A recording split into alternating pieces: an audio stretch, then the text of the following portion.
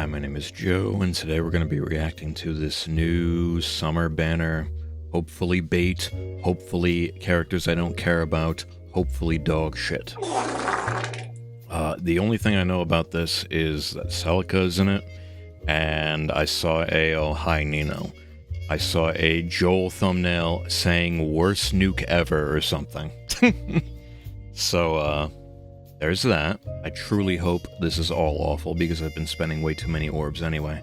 We have Bouncin' Ball, and this is a red tome infantry, I believe. So we got Slaying. We have at start of turn, if within 2, attack speed +6, neutralizes penalties on unit during combat, and Hexblade to unit and allies within 2. Not bad. It's funny that we have another Hexblade support. Literally yesterday, when I was just playing the game and I was just doing stuff, I reread Alphonse's weapon, Brave Alphonse, and noticed that he daunts the enemy's res. He daunts their defense and res, and there's like no other application for that other than like Hexblade support. So I was looking through my barracks for Hexblade support, and like the best one is friggin' Blue Nidhogg. So, I don't know. That's something to look into, but Hexblade's cool. Anyway. If the unit initiates combat within 2, grants attack speed equals 20% of unit speed, solid +6, unit deals +X times 5, max 25, that's a lot. And then that's the bonus and penalties thing, 50% DR shred, and desperation. Hey, that ain't bad. 25 true damage, a bit of extra stats based on their speed, which is going to be a lot, Hexblade, neutralize penalties, might be able to be good, but I don't think anything is really breaking the mold here, and especially for like a seasonal red tome, you're competing with the likes of Ninja Tharja, who is, yeah, a red tome cavalry, speed-based true damage, desperation built in, I'm pretty sure, on top of being brave, so, yeah. I don't know about this one. Flare, perfect attack speed, oh boy. Oh boy, so the bridal banner was an indication they're going to start like making all these finish B slots, I guess. Just combining finish with other things. So let's do that first. The icon looks like... Anyway, so speed res lull finish. And if the true damage on all that is anything like potent finish, then this is going to be kind of nutty, I'm not going to lie. We have inflict speed res -4, additional penalty equal to number of bonus effects active on foe, max 4, so speed res -8, that's not bad. Neutralize foe's bonuses, cool. So she has neutralized her own penalties, and then she has neutralized foe's bonuses, so she has both ends of the spectrum there, that's really good. 7 flat DR, not only on the first hit, this is on every hit. And also, if unit special is ready or triggered before or during this combat, you get 15 true damage, not AoEs, and then 7 healing. Okay. So this unit gets upwards of like 40 true damage, just from the B in the weapon. I don't know if there's going to be any in the C. Yeah, 40 is a lot. 40 is a lot. And obviously you could just give this unit another layer of finish in the A slot if you really wanted to, for another 7, and then finish in the S slot for another 5. So you're looking at like 52, right? 52 true damage. That's a lot. That's a lot. And we haven't even gotten to the C slot. On top of inflicting a decent daunt of -8 speed res. This is a solid unit, I think, but I don't think it's going to be worth summoning for, but let's get into the C slot. I'm assuming this is going to just be power crept Attune Nino. Black Fang Bond, Canto 2, which is what I believe Attune Nino did. Oh boy, when Canto triggers distance swap, okay, so she has Lookout built in, that's cool. Even though she's not a dagger unit, that's cool. Start of turn, if units within 2, grants, move extra space, and also, yeah, this is the Attune Nino thing with like the times pulsing and all that, and moving an extra space. And then at start of turn, if units within 2, inflicts speed res -7, exposure, and undefended. Uh-oh. Seeking undefended. on closest foes through their next actions. Okay. So the undefended doesn't spread, but the exposure does. Thank God. I don't know, man. They keep doing stuff with undefended. I don't like that. And then if unit initiates combat within 2 of an ally, grants attack speed +5, and another 7 true damage. Okay. So, if my math is correct, if you have everything that you can possibly have, finish A, finish B, finish S, the C slot, the weapon, and that's not even including outside support, this unit gets like 59 true damage, and also has Seeking Undefended and Exposure, so if you add on the Exposure, that's 69 true damage. Lamau? Yeah. Might be a problem. Pair that with Marissa support for Brave, and this unit might actually be a problem, man. Oh, don't show me this. No. Don't show me taking out Ike, the bulkiest blue guy ever, man. Alright, whatever. What's next? Oh. Okay. For some reason, that my brain didn't fully register this. I'm a big Lapis fan as far as Engage goes. Lapis and Citrine for life. But, yeah. In before another Finish B slot, by the way. No. Just XL and Potent Assault? Anyway. We got Haul-In Harpoon and a shitload of text. Oh my, we have Share Spoils again. Interesting. Share Spoils Plus? We'll get to it. So since we saw the XL and the movement and Haze Slice and all that, this is obviously supposed to be one of the, like, legendary era Felix type units where they're, like, basically a cav and are hard to take down on the retaliation. And she also has literally Canto Distance +1 Max 4 built into her weapon as an infantry, which is pretty cool. And then you have Slaying, and okay, she also has Distance Swap after Canto.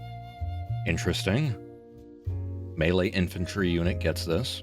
And then, since this is an infantry unit, this is probably where it gets boring. If unit initiates combos within 2, grants blah blah blah. +14 to all stats, of course. 1 special jump on the first attack. Unit deals +X times 8 damage, max 32. Oh my god, man. This is just where the game's going. It's just increase number. Just increase true damage number, anyway. And it reduces damage from foes' attacks by 20% of unit speed, yes. And then another 20 for specials, yeah. Like I said, this is just boring. Everything's the same, where it's +14, special jump, true damage, flat DR, special flat DR. Like, it's par for the course. And then if unit initiates combat, after combat, deal 10, and inflict Share Spoils Plus. So this is the Bridal Lapis thing, which was really cool in concept. This is like a debuff that you apply to them after combat, and it's pretty cool. It's one of the only debuffs that really feels like a true debuff, like a true annoyance, because it's -5 to all, yeah, but it also just strips away all of your pierceable DR just by existing, which is pretty interesting. And I know pierceable DR is kind of a meme, but yeah. That's what the normal Share Spoils did, but this is Share Spoils Plus, so I guess the second paragraph is brand new, which is interesting.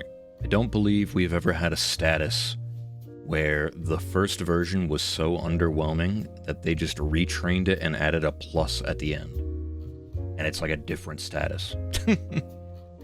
Anyway, once per turn, for the entire map, if foe initiates combat, and if units defeated in combat, grants another action to that foe after combat. Oh, yeah, no. This is what the other one did too. So what's the plus here? I'm gonna look up the unit on my phone. Okay, so I'm comparing the descriptions, and literally the only difference is the specification of what it has priority over. If that's the only difference, then okay, whatever. If somebody has more insight into that, definitely let me know. But she has Haze Slice, which is fantastic. Potent Finish, which is fantastic. XL, which is really, really good because she wants to act like a cav, where she just goes in, kills something, and it's hard to take down on the retaliation, probably. But since she's infantry, you could probably get away with finish stacking once again, but Excel is not really an issue, ever, so. But we have a new C slot in Pulse Tempest F. What does the F stand for? Start of turn, unit can move 1 extra space, there it is. Grants bonus to Omni equals number of spaces from start to end, max 3, and also if units attack and trigger unit special grants. Okay, so that's kind of like Pulse on Blades, whatever attuned Alm had. Yeah, it's basically that built in with Tempest, so. Don't know how good this unit will actually be. Share Spoils never really took off, and the difference here doesn't really seem to be anything important, but it's Lapis, and she has extremely good fodder. So, and look, at the end of the day, it is a melee unit that acts like a cav and has distance swap built in, which is pretty cool and pretty niche, so. That's probably just the gimmick of this, though. We have Paula. That art kind of goes crazy, I'm not gonna lie. Axe Flyer. That's the same voice actress as Lucina. She's a demote. So Paula is the demote, but since it's a seasonal demote, that means we're getting a tier 4 skill, even though she's the demote. Pretty cool. Fannin Foliage. Start of turn, times pulse. If unit initiates combat is within 2, Omni +5 and 50% attack true damage. Fine. This is kind of just the bog standard for inheritables now. They just give you +5 to all and then a little bit of true damage. Not bad, and I mean this one has the seasonal privilege where it also has like a pretty okay other effect in times pulse, but yeah, not a lot of words. Ignis, Rain, and then attack defense and ear trace 4. Apparently we never had that. So if you were desperately waiting for this, then yeah, shouldn't be too hard to get it because it's on the demote. But I'm very surprised we didn't have that before. That's weird. There's plenty of calves that benefit from attack defense, but momentum is just strictly better. But what am I even talking about? Because that skill is still only on 1 unit after all this time. And then we have Celica and Sarah. I feel like Sarah has been the backpack before. Am I wrong? Anyway, colorless tome cav. Preference B slot. Okay, that's funny. So, we have... what? Okay, I read the last thing in the weapon. Hold on. Okay. Start from the top. Pious Offering. We got Slaying. If unit initiates combat is within 2 grants. Attack speed equals 20% of unit speed, +6. 25 true damage. Full NFU. Heavy Blade. And then can use Echo Style. Okay. Hey game. Why didn't the Emblem Celica have this? Just a thought. Anyway, Magic Light, new special, 3 cost. Special triggers, treat defense res is reduced by 50% and neutralizes all pierceable DR. Okay. Is this inheritable? It must be, right? Because she has a preference B. So this is like a turbo Luna. It's like Luna plus full piercing. Not bad. And then she has Sly, which is really good. More true damage. Guaranteed follow-up attack, which, you know, plays nicely with her full NFU. Not a lot of text here, but I assume the bulk of the power is going to be in whatever this Echo Style is. Attack speed, insight, hone. Really solid. Nothing crazy. And then we have Holy Soul of Zofia. Preference B, Canto Distance max 3. And this is a cav unit. Start of turn, inflict speed res -7, sabotage and discord on closest foes and foes within 2. Okay. Inflict speed res -5, and then 20% speed-based true damage. Okay. Okay, and she has Miracle for some ungodly reason, and then 7 HP, so she kind of has like a Brigid thing, where she has Miracle and Healing in the B to refresh it, I guess. Sounds annoying to me. Let's see what this Echo style is about, though. That's obviously the big question. Okay, so she has the button. Let's see. Is this just mad warping like it is in Engage? Unit can attack foes 3 spaces away. Okay, only 3. Oh. So is this just like longbow? Question mark? This is just longbow? Interesting. I think that's how it works in actual Fire Emblem, right? You attack from 3, but you can't attack from any other distance. Okay. Unit attacks twice. Okay, and calculates damage at 60%. Okay, and it stacks with Potent. That's interesting. Unit suffers a counterattack if any of the following conditions are met. This is going to be like the same thing as Lynn's stance, right? Okay.